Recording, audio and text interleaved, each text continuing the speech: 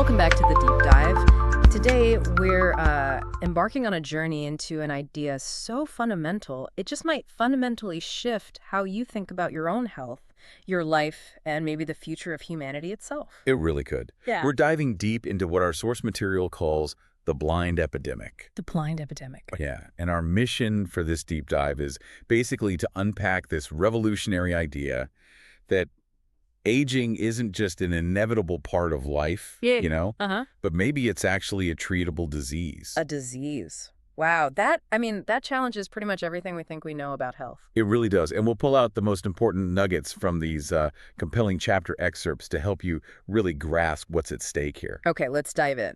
To set the scene, you need to picture London, May 10th, 2010. Right. So Chelsea Football Club had just won the Premier League. Gordon Brown was resigning as Prime Minister. Big headlines. Yeah, lots going on. But sort of hidden from view, something much quieter but potentially world-changing was happening over at the Royal Society of London for Improving Natural Knowledge. The Royal Society, not just any old building. No, exactly. I mean, founded way back in 1660, it's the world's oldest national scientific institution, set up by thinkers like Sir Francis Bacon, who was actually interested in the prolongation of life. Really? Back then? Yeah. And it's where Isaac Newton talked about gravity, Charles Babbage showed off his computer. I mean, talk about a place with history. Perfect setting for, well, shaking things up. Absolutely. And on those 2 days in 2010, this really diverse group of researchers got together, convened by some heavy hitters, Dame Linda Partridge, Janet Thornton, Gillian Bates.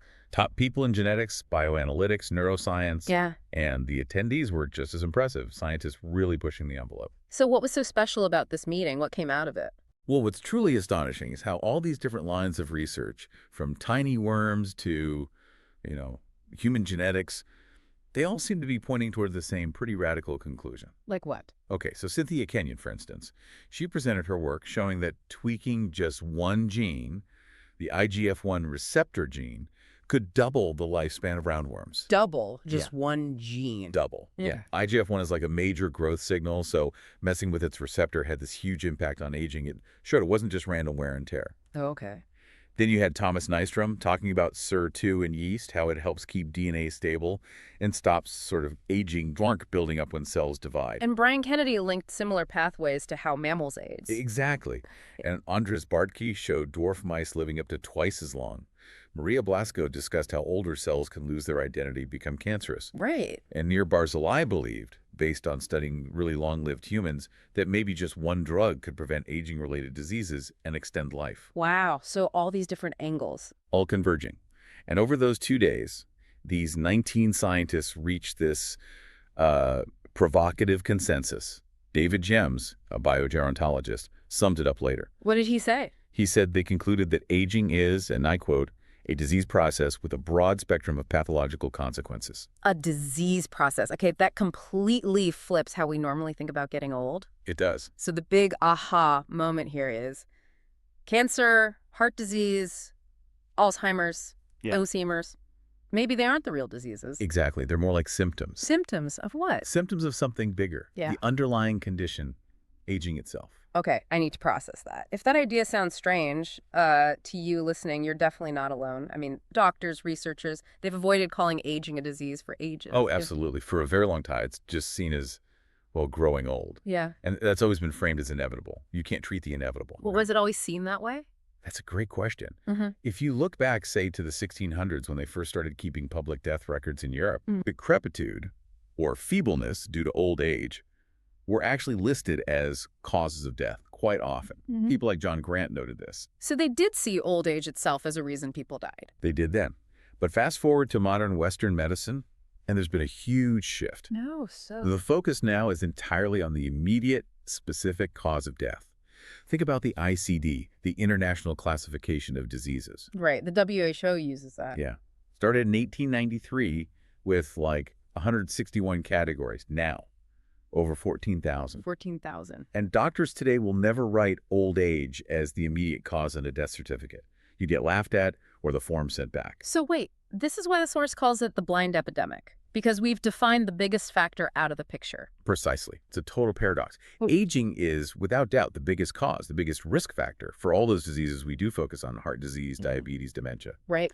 But we never name it as the killer. By separating aging from disease, we're kind of hiding the truth. Hiding the truth. It's like, imagine someone falls off a cliff.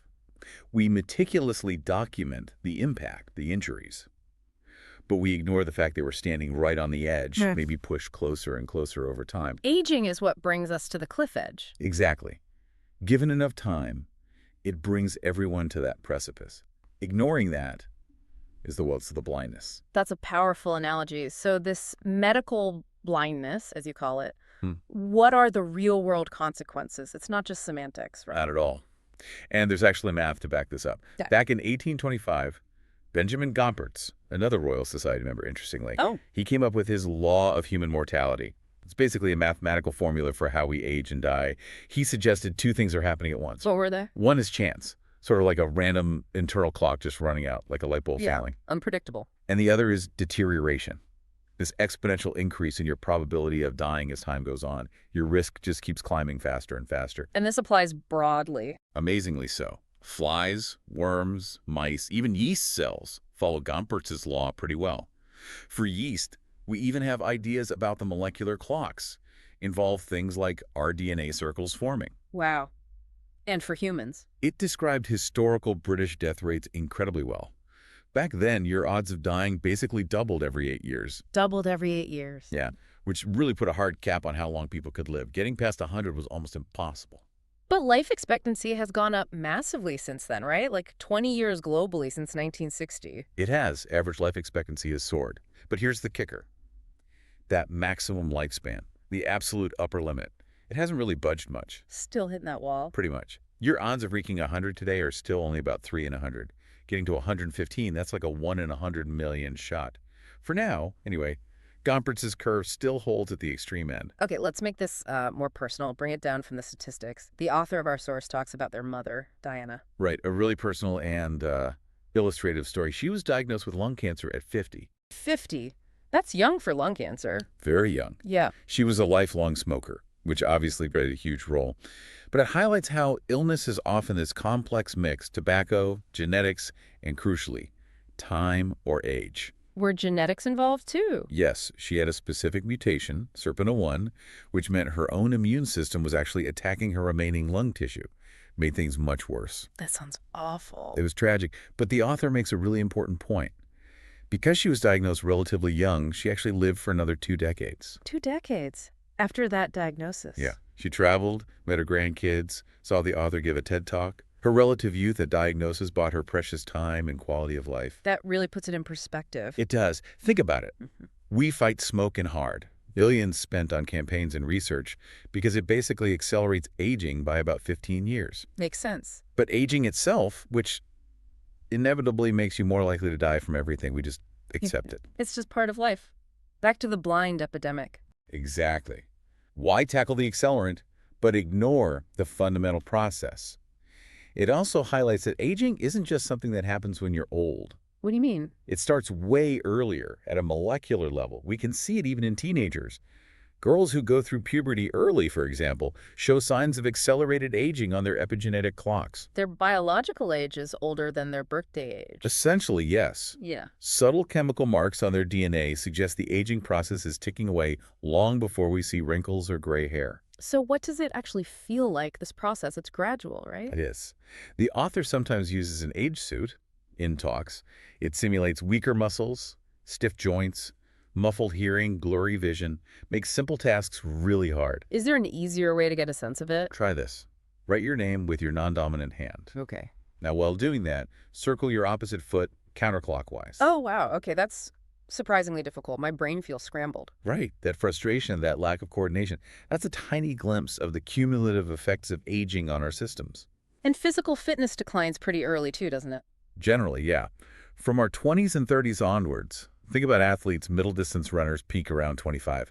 Even legends like Tom Brady or Martina Navratilova, who competed longer, peaked much earlier. So we become less resilient. Dramatically less resilient. Take hip fractures. A teenager breaks a hip. Rare, but they usually bounce back fine. Okay. Someone age 50. It's serious, life-changing, but usually survivable. But over 65, it's catastrophic. Up to half might die within 6 months. Half, just from a broken hip. Yeah. often from complications that their younger bodies could handle. Okay. The author's grandmother, Vera, broke her femur at 88 and passed away soon after. The system just can't cope as well. And it's not just bones, right? What about healing? Another stark example. Back in World War I, Pierre Leconte de Nouy studied wound healing. He clearly showed it slows down significantly with age. Okay. Now, compare a kid who scrapes their knee and is fine in days to an elderly person, especially someone with diabetes, who gets a foot ulcer. That ulcer has a 5-year mortality rate over 50%. That's higher than many cancers. Higher than cancer? That's shocking. It is, and sometimes they don't even feel the injury. The source mentions a patient who walked around with a nail stuck through his foot for 4 days because his nerves were so damaged by age and diabetes he felt nothing. Oh my God, that's chilling. It leads to about 40 million people worldwide being bedridden, 82,000 amputations a year just in the U.S. from diabetic foot wounds. The loss of resilience is profound. So it boils down to the older we get, the less it takes. Exactly. We get closer and closer to that cliff edge we talked about. Eventually it takes almost nothing. Maybe just a mild infection, a small fall, what the author calls a gentle wind, to push us over. That's the definition of frailty, isn't it? That's precisely it, frailty. And if any other specific disease caused this level of vulnerability, this loss of resilience across the board, it would be public enemy number one. But because it's aging. It's just accepted as part of the human condition, the unacknowledged threat, the blind epidemic. Okay, so this blindness, this acceptance, it's baked into our healthcare system then. You mentioned the silos earlier. Completely baked in. Right. Think about how hospitals are set up. Brigham and Women's, Beth Israel in Boston, major hospitals everywhere. They have specialized departments, right? Yeah, cardiology, oncology, orthopedics. Wound care, immunology. Yeah. The list goes on, each focused on one part, one disease. And research labs are the same? Exactly the same structure. Labs fighting cancer over here, diabetes over there, heart disease down the hall. Even geriatricians, the doctors who specialize in older people. They mostly treat people who are already frail and sick. They're dealing with the consequences, often 30 years too late, as the source puts it. They treat the aged, not the process of aging. So it's like whack-a-mole. That's the perfect analogy the source uses. Whack-a-mole medicine. We wait for a problem, a disease to pop up, and then we whack it. But another one just pops up somewhere else. Pretty much. And stopping one doesn't prevent the others. Worse, sometimes the treatment for one mole can actually make another one pop up faster. Like chemotherapy increasing risk for other cancers. Exactly. Or like the author's grandmother, the orthopedic surgery for her broken hip might have contributed to the heart failure that ultimately killed her. These systems are all connected. So this whole specialized approach, while amazing in many ways. Incredible feats, yes. But it fundamentally misses the chance to tackle the root cause, the thing that makes all the moles pop up eventually. And the stats you mentioned earlier really drive that home. Curing heart disease adds only 1.5 years. Curing cancer, just 2.1 years. Shocking, isn't it? But it makes sense when you think about it. If you cure heart disease, great. But you're still aging. Something else linked to aging is likely to get you not long after. So aging isn't like a long walk where you can just rest. No, the source compares it to a fast sprint over an ever higher and ever closer set of hurdles. Hurdles getting higher and closer together. Yeah, knocking down just one hurdle doesn't really make the race that much easier overall. You need something that shrinks all the hurdles, pushes them further apart. Which our current medicines don't really do. Not fundamentally. Yeah. And this leads to another crucial point, made by Eileen Crimmins. Our lifespans have increased. Right. We live longer on average. But our health spans, the number of years we live in good health, haven't kept pace at all. So more years, but more years spent sick or disabled. That's the trend. Crimmins said, we have reduced mortality more than we prevented morbidity. We're keeping people alive longer, but often in a state of poor health. Is there a way to measure that? Yeah, one metric is the disability-adjusted life year, or DALY. It combines years lost to premature death and years lived with disability or poor health. And how are we doing? Not great. In the U.S., the average DALY is about 23 years. That's almost a quarter of a typical lifespan potentially lost to poor health or early death. 23 years. Wow. And you see it anecdotally, too. By the time they're 85, the average man has diagnoses for 4 different diseases, the average woman 5. Plus, probably loads of undiagnosed stuff. Heart disease, cancer, arthritis, dementia, diabetes, all these different things. It's studied in different labs, treated in different clinics. But what's the common thread? What's the single biggest risk factor for all of them? It comes back to aging. It is aging. Yeah. It's the risk factor.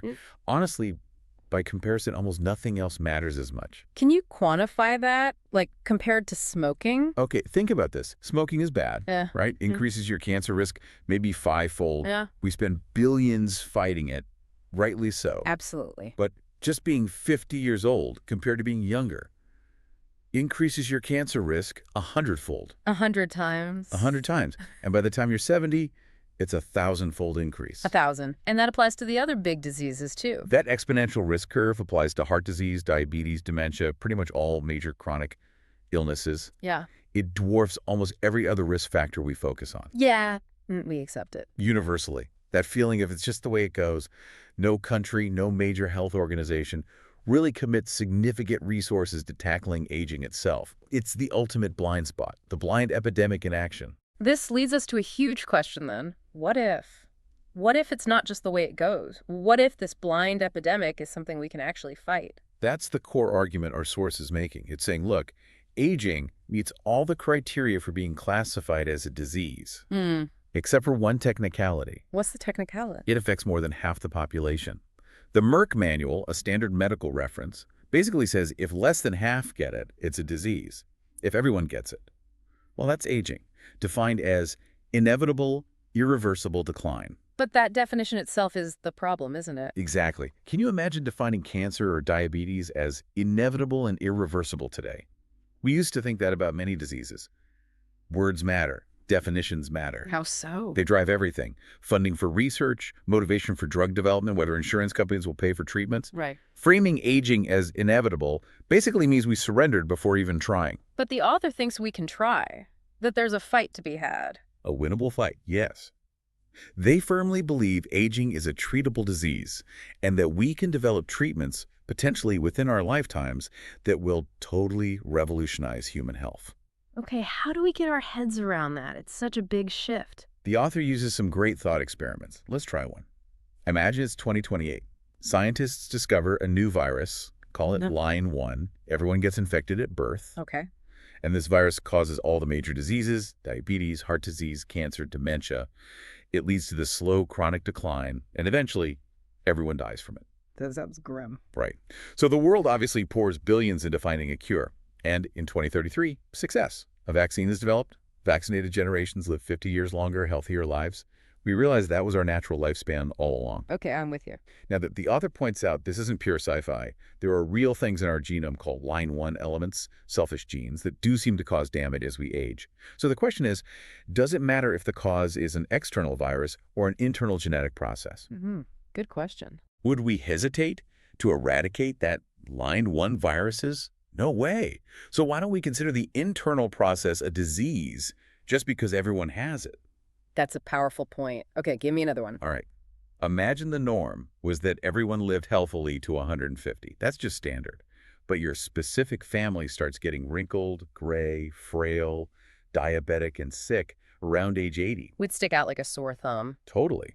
Would doctors just shrug and say, oh, well, that's normal for your family? Of course not. They'd diagnose your family with a disease, right? Yeah, absolutely. Just like they diagnose Werner syndrome now, a real genetic condition where people look 80 in their 40s. Nobody calls Werner syndrome inevitable or natural. We see it as a disease to be treated. So the only reason we don't call normal aging a disease is because it happens to everyone. That seems to be the core logic we're trapped in, which is why the author calls aging the deadliest and costliest disease on the planet, one we largely ignore. What about people who say, look, I don't really want to live past 90 anyway? That's a common reaction, and the author addresses it directly. The goal isn't just adding years, cramming more frail, sick years onto the end of life. It's about healthy longevity, extending the health span. Keeping people healthier for longer. Exactly. Think about it this way, final thought experiment. Imagine you go to get a copy of your birth certificate, and the clerk says, oh, there's been a mistake. You're not 52, you're actually 92. Whoa, okay. But nothing else changes. You still feel exactly the same, healthy, vibrant, energetic. Do you suddenly think, oh gosh, I'm 92, I should probably wrap things up soon? Oh, no, of course not. I feel how I feel. Precisely. Your subjective feeling of age, how healthy you feel, is what matters. And interestingly, studies showed that people who feel younger than their chronological age actually tend to live longer and have better cognitive function. So it's not about the number, it's about the vitality. It is. But the hard truth is, no matter how young you feel now, you do have this underlying condition, this disease of aging. And unless we do something about it, it will eventually catch up. So what's the path forward? You mentioned fixing the hallmarks of aging earlier. Telomeres, mitochondria. Right. Addressing those is important. The author compares it to building 9 dams on 9 tributaries of a river. Yeah. It helps manage the flow, slow things down. Okay. But the ultimate goal, perhaps guided by something like the information theory of aging, this idea that aging is like corrupted software in our cells, is to find the source of the river, to understand the upstream cause of all those downstream problems. And then the vision is to build a single dam at the source, to develop interventions that target the fundamental aging process itself, potentially eliminating most of its symptoms, those diseases we currently fight one by one altogether. that's huge. It's not just about longer life. It's about fundamentally changing what it means to be healthy, to be human. It really is about reclaiming health and vitality for potentially much longer than we ever thought possible. Okay, so let's recap this deep dive. We've explored this powerful idea that aging isn't just fate. It's a treatable disease, a blind epidemic we've ignored, partly because it affects everyone. Right. And the science seems to be moving slowly but surely towards tackling aging at its roots, not just patching up the symptoms like we do now with the whack-a-mole approach. It really forces you to rethink everything about health, illness, and maybe even the structure of our society. Absolutely. And maybe leave you with this thought. What would actually change for healthcare, for society, for your own future plans, if we collectively decided to treat aging not as inevitable, but as the deadliest, most widespread disease we face?